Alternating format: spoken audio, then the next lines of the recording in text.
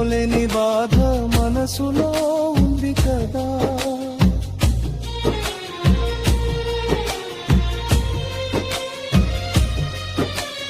నేను నవ్వుతున్నానని అందరూ అనుకుంటారు, కానీ నవ్వు వెనక ఎన్ని రాత్రులు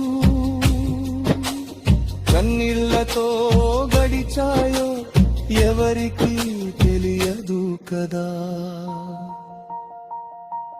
నేను ఓడిపోయిన వాడిని కాదు, ఇంకా గెలవాల్సిన వాడిని. సమయం మాత్రమే ఇంకా నా వైపు